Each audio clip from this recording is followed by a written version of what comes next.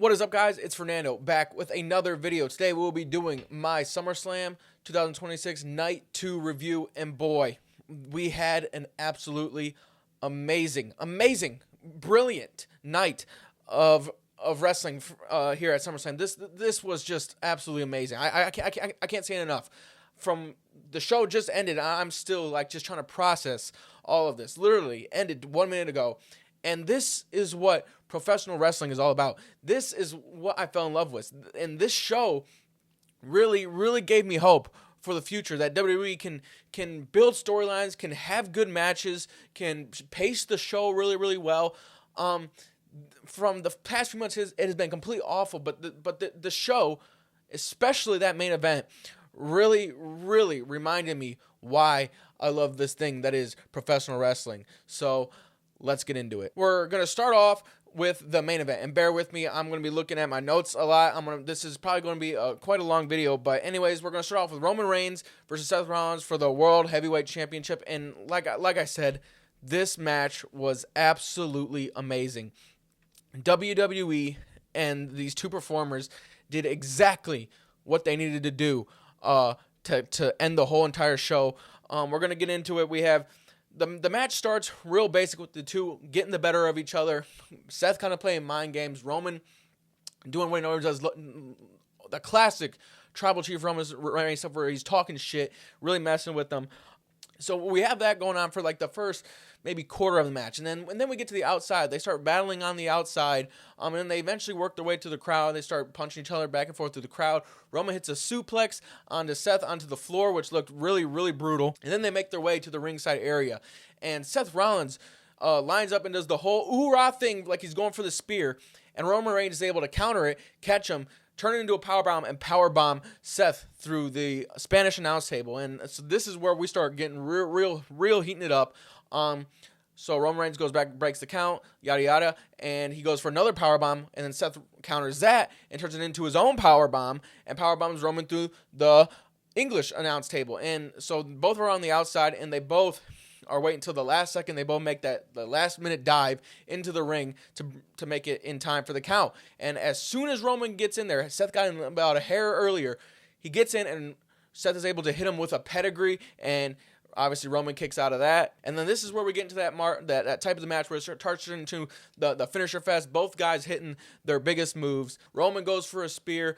Seth hurdles over him, jumps over him, hits a stomp of his own. And then we get a nice cool spot where Seth puts Roman on the top rope. He goes for his Falcon Arrow, and Roman is able to turn that into a guillotine. Seth tries to counter that. He tries to do a counter tries to do a Falcon Arrow again, and Roman goes over the back of him and hits Seth with the spear. And they just continue going back and forth. We have a nice spot where Roman goes for a super spear, and Seth hits a spear of his own. And Seth Rollins was able to hit a very good looking spear. People that don't do spears that well, or don't do the spear that well ever. It always looks atrocious. Jey Uso, for example, Jimmy Uso, everyone looks horrible. But Seth was able to hit a really nice spear. And then they start, like I said, stealing finishers. Seth goes for that buckle bomb. He throws Roman into the buckle, goes for a stomp. Roman counters that, hits a buckle bomb of his own, and hits a stomp on Seth Rollins. And both these guys are down. They're down in the middle of the ring, obviously. And we're getting towards the end of the match. They're both in the middle of the ring. They lock eyes, and they're immediately talking shit. Basically, Roman's telling him that he's number one. Seth telling him that he's owning him. All throughout the match, they were kind of doing this in this real nice way. So that leads to them standing in the middle and trading blows. And after they're done trading blows, they get into where they both start paying homage to Dean Ambrose. Seth Rollins does the little clothesline where Dean Ambrose goes through the ropes, hits Roman with the clothesline, and then goes for a Dirty Deeds, which Roman counters into a Dirty Deeds of his own. It was just fantastic, absolutely amazing. These two, everyone's known this, has absolutely great chemistry. They knew exactly what each other were doing, back and forth, and they both looked so smooth and confident with each other. It was great. And then we get to where there was a potential for shenanigans. We have Roman accidentally hits a spear on the referee, and Seth hits a stomp onto Roman Reigns. And again, they're both in the middle of the ring, laying down, just absolutely drained. They're super tired. Both look absolutely withered. And Seth rolls out the ring, grabs the steel chair while Roman's like working his way back on the ropes, basically hashing back to that old Shield heel turn. And so Seth is winding up to go hit him with the chair, and Roman Reigns hits one of his classic uppercuts, and now Seth is the one getting up on the ropes, and Roman has the chair, and Roman looks at him and says, no, he doesn't want to do it that way. He wants to do it one-on-one. He wants to prove that he's better than Seth Rollins. And so he throws the chair to the side, and again, they both get into the middle of the ring and just begin to brawl and just trade shots nonstop, real back and forth. And they hit that classic spot where Roman Reigns goes for a spear. He gets caught into a pedigree, and this is where we get into the end of the match. After he gets caught in that pedigree, Seth hits another stomp, and then he's going up to the top rope for a super stomp in which he jumps off. He misses. Roman hits him with the spear. Meanwhile, the ref is still outside of the ring. He was outside the ring for a while after taking that spear. Roman hits Seth with a super spear, and he realizes he ain't done. So they both line up into the corner. He looks up, and he's in the corner. Seth is in the middle of the ring, and he lines him up and hits him with a third and final spear. And at that point, the ref is magically able to come back into the ring. 1, 2, 3, we have Roman Reigns picking up the win. The match was just phenomenal. Like I said, the choreography, it went for about 34, 35 minutes. It was just brilliant. They tied back to everything in their whole entire 14-year career in WWE. You could just see it and feel it. And the crowd was divided. They didn't know who to root for, and they were just making noise throughout the entirety of the match. The ups, the downs, the slower parts, and they were able to tell a story with words, with their eyes, with their actions, in every single part of the match, the beginning, the middle, and the end. It was absolutely amazing. And obviously, Roman Reigns was able to retain his World Heavyweight Championship in a great match. But and after the match, they're both just like absolutely spent in opposite corners of the ring. And Roman Reigns gets up and puts his fist out in the middle for a Shield fist bump, and Seth obliges, and he fist bumps Roman to end the night off and send us home with that. Like I said, I just can't get enough of this match. This blew me out the water. I think this match was better than Punk and Roman. They didn't need to utilize really any weapons, and they were able to have that story factor that they didn't have, and this is what professional wrestling is about. This match is what professional wrestling is about. A 14-year story is finally hit its pinnacle, and Michael Cole in the broadcast hinted that this is it. Like this is their final match. Like Roman Reigns was able to fight the demons and kill the demons that were Seth Rollins. That he was never able to beat him ever clean one-on-one, and he was able to do that tonight, which hinted at the end of their one-on-one feud. And with all that being said, the thing in the back of my mind was with how the show ended. I just can't wait, because WWE is going to get Dean Ambrose back, and they're going to run that Shield triple threat. That's what that hinted for me. Like, WWE loves their long-term storytelling. That's what they're able to get with this match. And they're setting up long-term storytelling for years and years down the line with that Shield fist bump, which one day will hopefully include Dean Ambrose at the end of a WrestleMania. So hats off to these two. They absolutely killed it. The build-up was it was good. It wasn't the best, but the match was just absolute peak, absolute cinema. I loved it, even though my boy, one of my favorite wrestlers ever, Seth Rollins, lost. I mean, you just can't complain. This match was 100 out of 10. Absolutely amazing. Double thumbs up. And it did exactly what it needed to do and brought the love of professional wrestling back to me and many, many people. And in the second to last match of the night, we had Penta and Chad Gable. This match was really, really good. It didn't get the time that I really desired it to get. It was only about 10, 11 minutes long. Again, these two look so smooth in the ring together. Everyone knew that this match could be a barn burner if WWE let them. And it was, because from the jump, these two were going back and forth, and just sped it up, and we're going 100 miles per hour the whole entire match. We have a super kick by Penta while Chad Gable was attempting a moonsault. We have Gable tossing does his over the head toss to Penta in the corner. We have a headbutt turned into a sacrifice. That was a nice counter by Penta. We have a Mexican Destroyer that Gable counted multiple times, turning it into an ankle lock. That was nice. We have a Mexican Destroyer onto the apron. We have a German suplex onto the apron. These two were just doing their basic big hits and really, really sold the hell out of it. Chad Gable had a little bit of blood on his forehead, but in the end, we had Penta going for Mexican Destroyer after he just hit one on the apron to Gable, and Gable was able to counter that into an ankle lock, and Penta was trying to fight it, almost got to the ropes, touched the ropes, but was able to get pulled back by Chad Gable, and Chad Gable was able to fully lock in the ankle lock, and Penta tapped out, and now we have a new Intercontinental Championship champion in Chad Gable. This match was, again, stellar. Absolutely amazing. Real quick, but I feel like it had just enough time. It had just enough time to really get going. And the fact that these performers were able to look as clean as they did at the speed that they were was just great. And we got the correct result in Chad Gable winning the championship. He got a cool moment with his family post-match. His whole family was in the ring. It was great. And like I said, Penta, this does not hurt Penta's stock one bit. I don't like the fact they tapped out. That was maybe a little bad spot for me. But Penta's able to go on and do whatever he wants. And the correct winner obviously was Chad Gable. And I'm glad. And obviously with it being in Minnesota, the crowd really got behind Chad. So he was cheered throughout the night. And it was just a really great moment for him. And now he can go on to be that mid-card title and hold that for a while, where he rightfully deserves, where he should have been years and years, because he's that good. Chad Gable is that good in the ring. Even if he's not able to talk on the mic or have that much charisma, he's that good in the ring where he can carry that mid-card title to new heights, just like Penta did.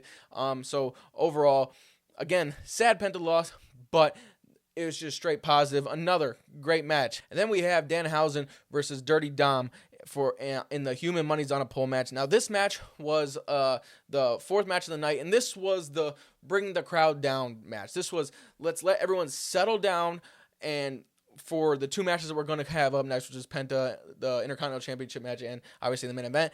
So this match was just for everyone to calm down and just get a good, entertaining laugh in, and I feel like that's what it did. It served its purpose. So I'm not going to knock it points. No, it wasn't an absolutely banger match. No, it wasn't a masterpiece and hard hitting and all that, but it served its purpose.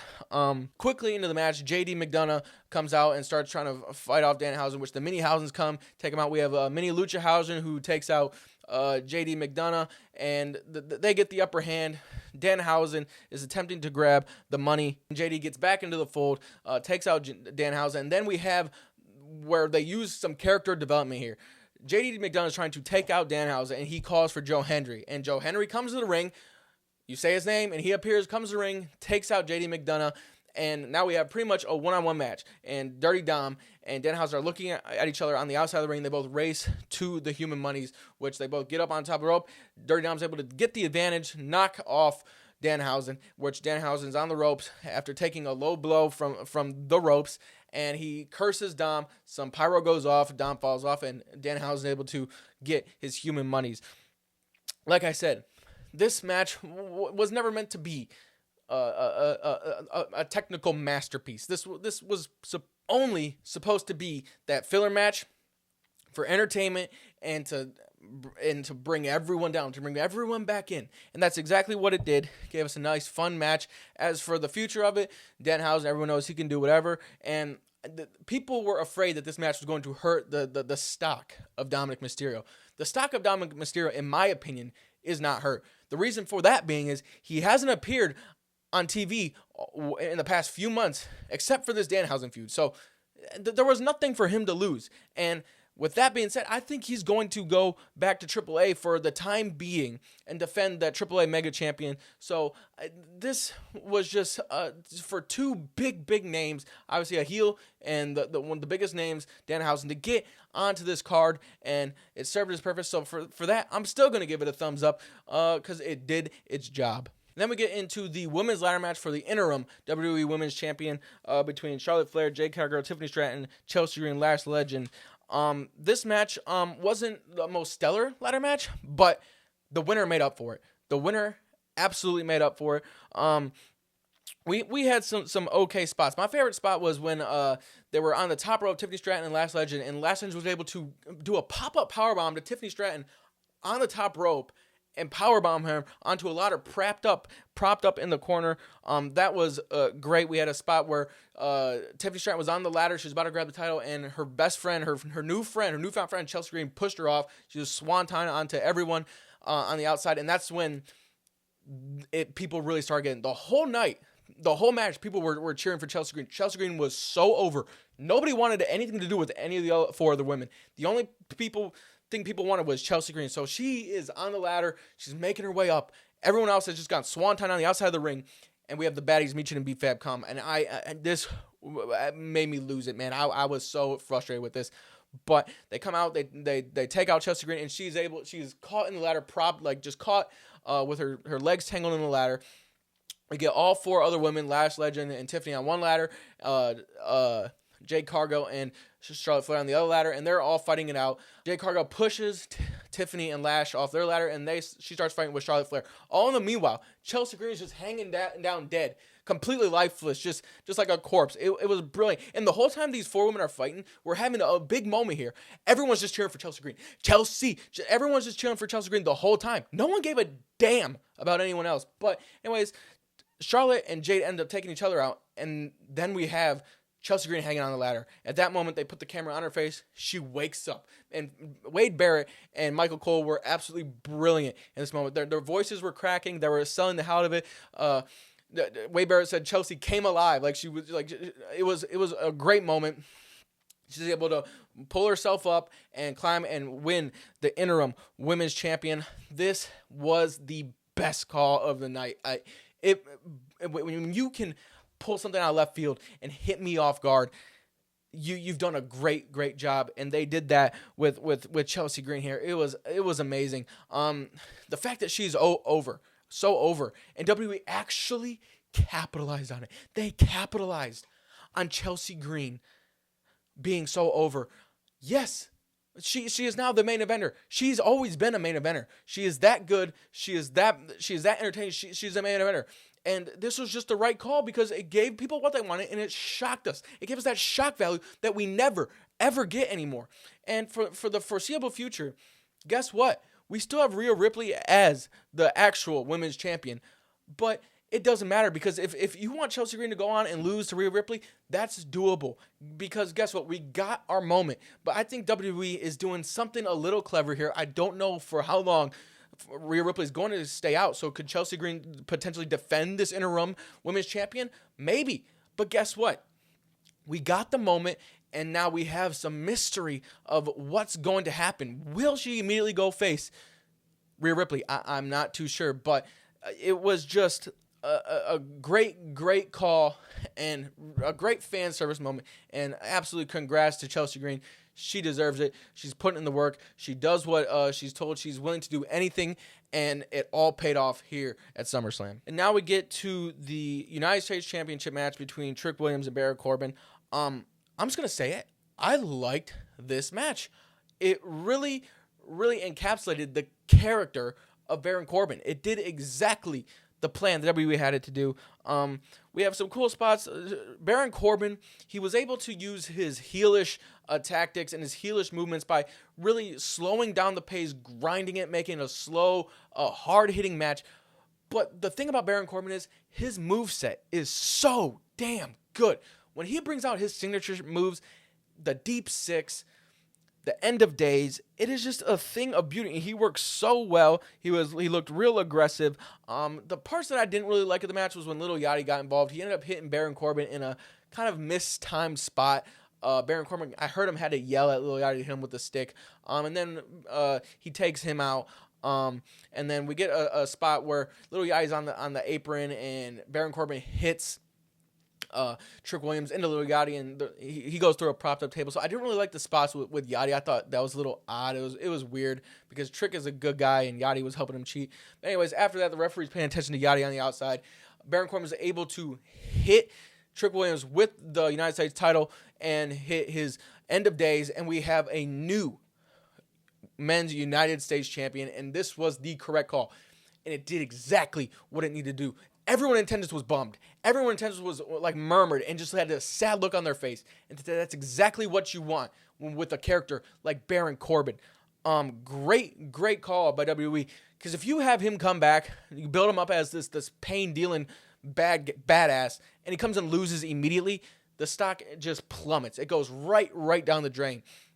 But he was able to work his character and even pick up the title win. And with Trick Williams' star power, this didn't hurt him whatsoever. He is still able to continue this feud because they got no runway. They're still able to continue this feud with Baron Corbin, or have Trick Williams go up into a higher main event caliber type of deal. But this was so good, and it was just an absolute party pooper. It was a party spoiler that Baron Corbin won the title, and with his character work, and he is decent on the mic.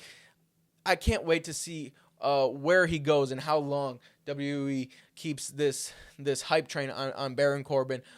Great second match. I seen some people giving this a thumbs down, but I'm just gonna give this another thumbs up. So we have 5 matches and 5 thumbs up in this show, and that's not even all. To start the night, we had Sami Zayn versus Finn Balor for the number 1 contender to be CM Punk's WWE Championship. And after Finn Balor and Sami Zayn make their entrances, we get Nick Aldis, and I'm thinking, all right, what's he got to say here? And he said he's going to add to the match. So the first person he adds is Gunther, and at this point, this is the beginning of the show. I'm like, night 1 is already better. Night 2 is ruined immediately. Night 2 is ruined immediately. This is the most bullshit, dog shit call I've ever seen. As soon as Gunther came in, not even just because it's Gunther heel, it's just because he had his match yesterday. Why are we adding him to this match now? I immediately hated this decision. And then we got the absolute stunner. Nick Aldis says, no, he's not done. He didn't just say he was adding 1 person. We get 2 people. And now the gears are turning. I'm thinking, who could it be? Drew McIntyre, Kevin Owens, just somebody. And we get the return of Kevin fucking Owens. I was jumping out my chair. I was fucking screaming. I was hype. WWE has been lacking, especially on SmackDown lately. And the addition of Kevin Owens, I'm hoping, is going to help the main event scene so much. The SmackDown needed someone like Kevin Owens. Needed an unhinged, bad motherfucker like Kevin Owens, and that's what we got here. He was able to pick up the win. It was only a 9-minute match, but it was a good match for 9 minutes. All 4 of these guys kept going back and forth. We have a cool spot where Finn Balor does a coup de grace onto Gunther, who is attempting a sleeper hold on Sami Zayn, and it eventually ends with Sami Zayn going for a haluva kick on Kevin Owens. It turns it into a stunner, and he's able to pick up the 1, 2, 3 on Sami Zayn. Just a great switch up and an absolutely hype way to start the show. It was just so good to see Kevin Owens back, and he is immediately thrusted into the main event scene that has been severely hurt by Cody and CM Punk. And now the real question for me is, how are they going to portray Kevin Owens? This is what I want. I cannot wait. And I don't say this nowadays. I cannot wait for SmackDown. I want to see how Kevin Owens is portrayed. Is he going to be a heel? Is he going to be a babyface? Because if he's a heel, no one's going to boo him, but that does not matter. Not one bit. Because he's going to be able to rip into Punk. He's going to be able to rip into Cody. He's going to be able to rip into Gunther, rip into Sammy. This dude is so unhinged. A great addition to WWE. I'm so glad he's back. I think it's been about 18 months after that neck surgery. And in the ring, he is phenomenal. I'm so glad I got to see that Fisherman Buster that no one can ever suplex Kevin Owens. But just an absolute rocket ship to start the night 2 of SummerSlam, and they just immediately grabbed that rocket ship and put it right onto Kevin Owens now, because now he's going to be for the world title, and if he wins it, I that's what it needs. We need that monkey wrench in the main event scene that just turns everything on its head, and the return of Kevin Owens gave us that. So overall, 6 out of 6 WWE thumbs up for every single match. They serve their purposes, correct winners, no duds in this night. And there was no duds in the entire event, night 1 and night 2. So overall, I'm going to give this whole PLE a double thumbs up. And like I said, this did something for my mind and for many people's mind, and rejuvenating the love for WWE. And hopefully they can continue this on for the future, because this, from start to that main event between Roman Reigns and Seth Rollins, was just a great culmination to an absolutely stellar weekend. And now we have to look forward to Monday Night Raw. So I will see y'all guys tomorrow. I'll be uploading right after Monday Night Raw, and hopefully it can just be maybe 75% as good as SummerSlam was. So I'll see you then. Have a good one.